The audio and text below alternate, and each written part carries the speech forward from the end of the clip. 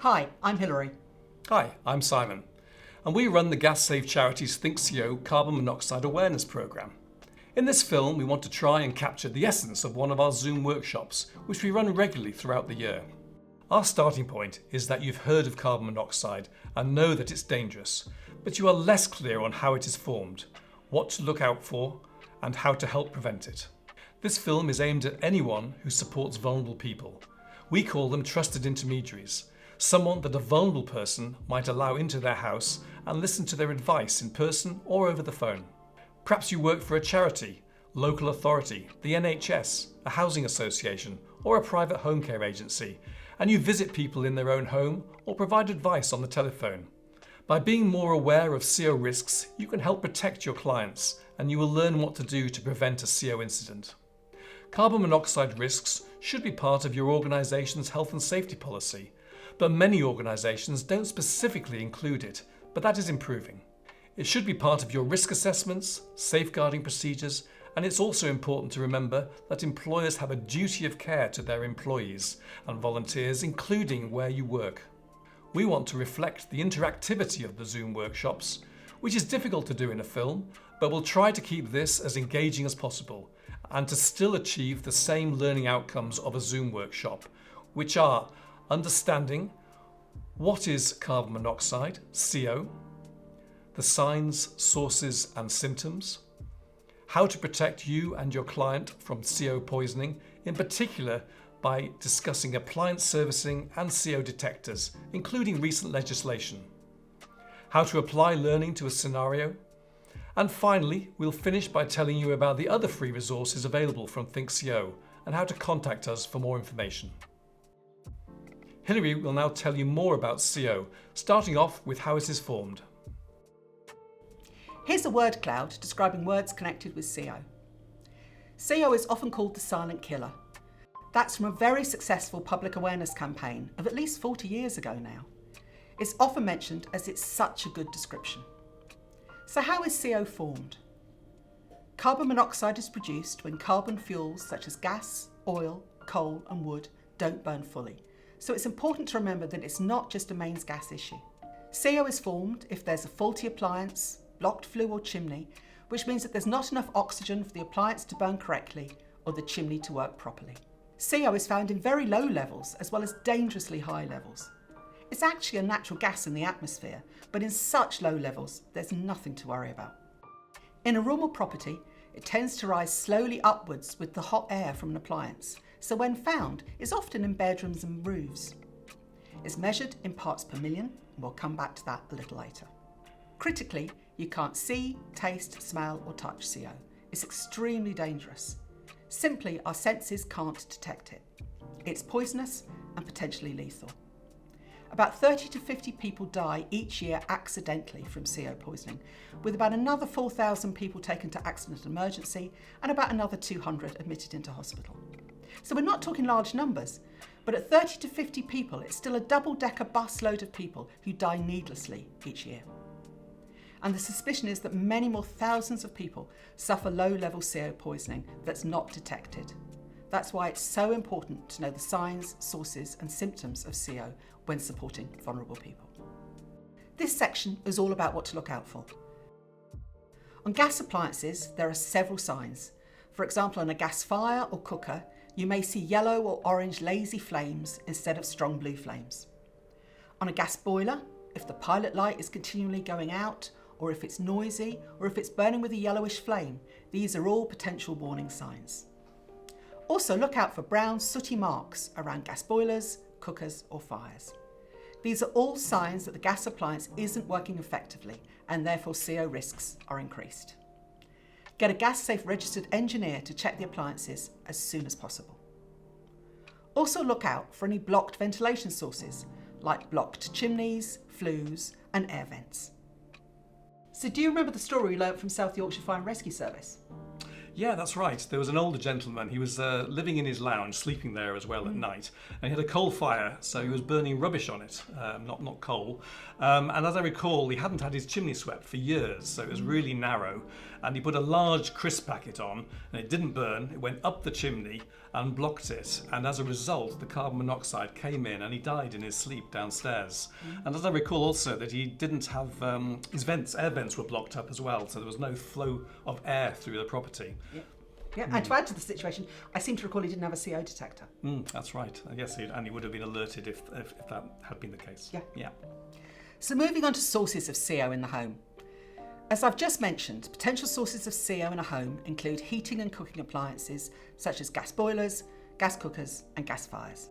Other sources include coal fires, wood-burning stoves, LPG, which used to be called calogas, some cooking practices, in particular a large pan on a normal 4-ring domestic gas cooker. That gas cooker is designed to have 4 small pans on it, not one large one. Peat, still used in some parts of the UK for cooking and heating purposes. Gas fridges. And if you smoke, you'll have CO in your system, as it's a byproduct of smoking. So be aware if you're visiting a property with heavy smokers in it, there will be raised levels of CO in the room. We often work with smoking cessation officers, and they've worked with someone over 6 months, enabled them to stop smoking, they test for CO, and there's still CO in the person's system. They've gone back to the person's home and has found that there's an appliance there that's giving off CO. Ash from a coal fire or a wood burner, always to be taken outside, never leave ash inside a property. Heating oil, still used by about 1.6 million households in the UK. Paraffin and oil heaters. And engines. As a result of the storms that we're getting, people are buying and using petrol and diesel generators. They should always be used outside, never in. And barbecues. This is all barbecues, but especially charcoal and disposable ones, often used in festivals and on campsites. And remember that it's not just in a house or a flat.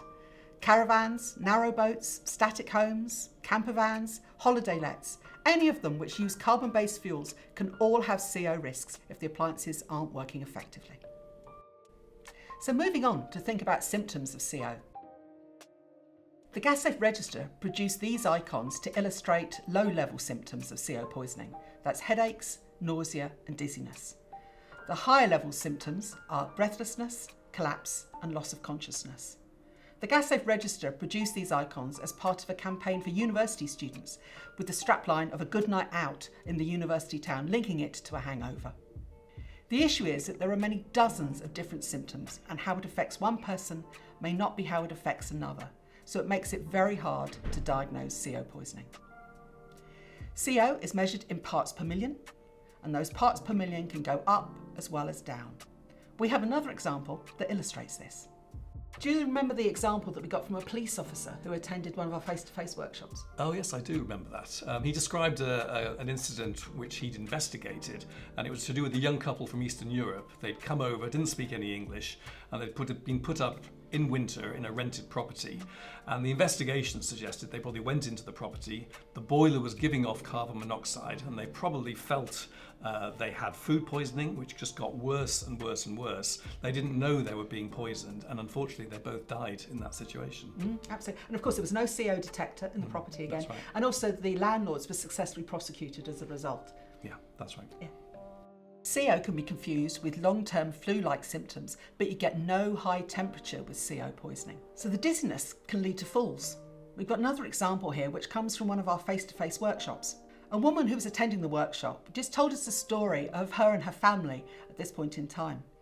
Her mum had been falling over in the kitchen, and one of those falls had unfortunately led to her mum being taken to accident and emergency, and she was actually hospitalised as a result. The mum ended up being discharged into a care home, so the family were going through the process of selling the family home.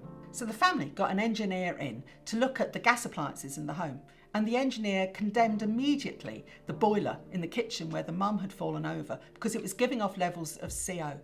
And the woman was just wondering whether all of this happening to that family would have been a result of the CO poisoning that was potentially taking place to her mum in that kitchen. As we've mentioned before, CO poisoning is hard to detect. Symptoms disappear or reduce when the people leave the property with CO in it, but the symptoms will return when people come back home. Visitors, other family members may feel unwell, and that may apply to you too. People have reported leaving a client's home with a banging headache after visiting, and that's how they've known that CO is present. So we've given you lots of information about the dangers of CO. Let's just try and lift the mood a little. Some of you may remember from your school days the canary in the coal mine. The canaries were there to detect poisonous gases, And we were running a workshop in South Wales, and a ex-miner was there, and he confirmed that anecdote. Yes, canaries were used and he remembered them, but he also told us about resuscitation units. And he said when the canary keeled over, they used to put the canary into the resuscitation unit and give it pure oxygen, and this would revive it. We weren't sure about that. He'd also told us that only 2 canaries died, and we were particularly unsure about that one, but we did a bit of Googling and we were able to find this resuscitation unit at the University of Manchester, so that certainly did exist. As a trusted intermediary, you have a key role in highlighting to clients how they can protect themselves and help prevent CO poisoning. Whilst issuing all vulnerable people with a canary has been suggested, that's not really practical.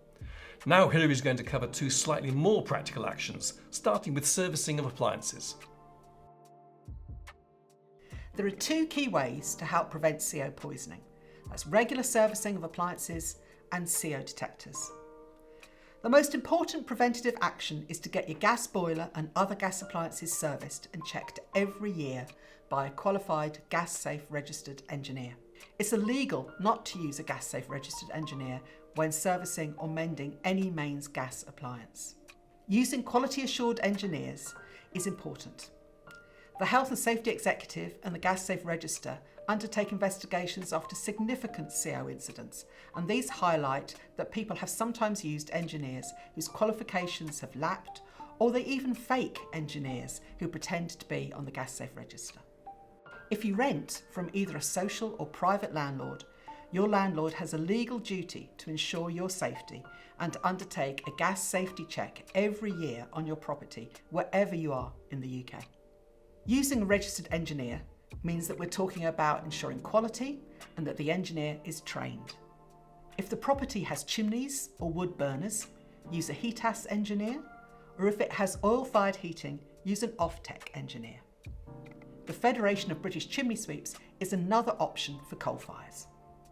Moving on to CO detectors. They come in many different types, including specialist ones for people with hearing loss. It's important to look out for the BS EN 50291 code and the British Standards kite mark on the alarm. We're talking about quality standards again. They can be easily bought from DIY stores and supermarkets. All CO detectors have a shelf life, and it's not only the batteries that wear out, so does the CO sensor inside the unit. This means that there's a maximum life of 10 years for a detector, but it does vary between manufacturers, so always check from the manufacturer you've bought it from. Always read the manufacturer's instructions and test the detectors regularly as you would a smoke detector. Here's a video from the thinkco e-learning course which shows where to fit CO detectors in a property. Ideally, carbon monoxide detectors should be installed in every room containing a carbon-based fuel-burning appliance, such as a gas boiler, gas cooker, and solid fuel fire. However, this may not be possible because of the costs involved. If you only have one CO detector, think about which room containing an appliance that could produce CO is most often used by the client. They will need to hear the alarm if it goes off. Before installing a CO detector, always read the manufacturer's instructions. Position the detector 1 to 3 meters away from the appliance and at least 15 centimeters lower than the ceiling. If it is portable, it could be placed on a high shelf and can be moved to other rooms as necessary. Avoid enclosed spaces like a cupboard or behind curtains. Do not put it directly above a heating or cooking appliance. You should have more than one detector if there are appliances in more than one room. So what should you do if the CO alarm goes off? For the thinkco programme, we focus on a scenario of a worker or a volunteer visiting a vulnerable client. In this situation, call 999 but stay safe. But the general recommendation is open the doors and windows of the property, turn off the appliances if possible, and leave the property with the client. In these normal circumstances, call the Gas Emergency Services number for advice. In England, Scotland and Wales, that's 0800 111 999, and in Northern Ireland, it's 0800 002 001. If the alarm stops, cautiously return, leave the appliances off and book a gas-safe registered engineer to check them as soon as possible. So it's important to remember that for some people the cost of buying a detector is a barrier to them getting one.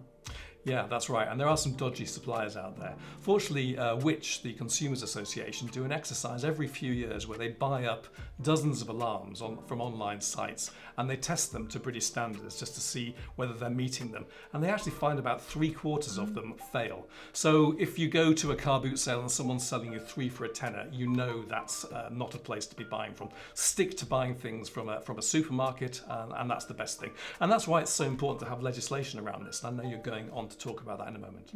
There are laws related to CO detectors and also annual gas safety checks that it's worth knowing about so you can pass on to the person you're working with. Private homeowners continue to be a gap in the CO detector regulations, other than in Scotland. In Scotland, all households with a carbon-fuelled appliance, so that's a boiler, a gas fire, an open fire or a flue, now has to have a fitted working CO detector. In Northern Ireland only, all homes which install a new carbon-fuelled appliance, not designed only for cooking purposes, are required to have a CO detector. The Gas Safety Installations and Use Regulations of 1998 sets out landlords' duties to make sure that all gas appliances, fittings and flues provided for their tenants are safe, including an annual gas safety check. It would apply to any LPG in the property as well, and that's UK-wide legislation. In England, all rented properties, that's social and private, and new builds with a fixed combustion appliance other than a gas cooker now have to have a fitted working CO detector.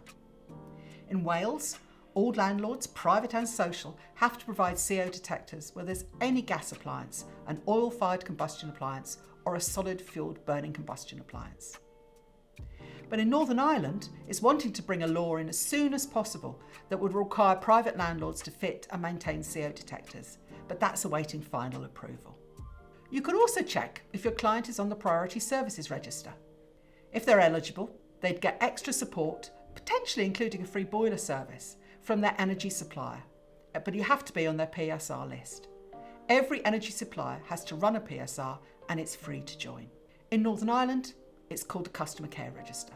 You can find out more about the PSR and eligibility criteria from www.thepsr.co.uk. Do you remember when we were running that workshop in Birmingham? Yes, I do. I think it was back in 2018, wasn't it? As I recall, there was someone there from the local Age UK, and they said that they were being contacted by their clients who, as a result of the Beast from the East storm, they'd been cut off, and they'd contacted their energy suppliers who told them that they wouldn't be reconnected for at least another week unless they were on the PSR. And I think this illustrates it really well, the importance of being on the PSR. And we know from our work that trusted intermediaries can apply that themselves when they're working with clients, but it's also really useful for your own family as well. Yeah, absolutely. So you've learned about what CO is, you've learned about its sources, signs and symptoms, and how to help prevent it. So we're now going to get you to do a little bit of thinking. So we've got a scenario here. Just take a look at this photo and think about what sort of questions you might ask Mrs. Jones to help protect her from the risks of CO poisoning. She's deaf, she lives on her own, and she sleeps in the lounge.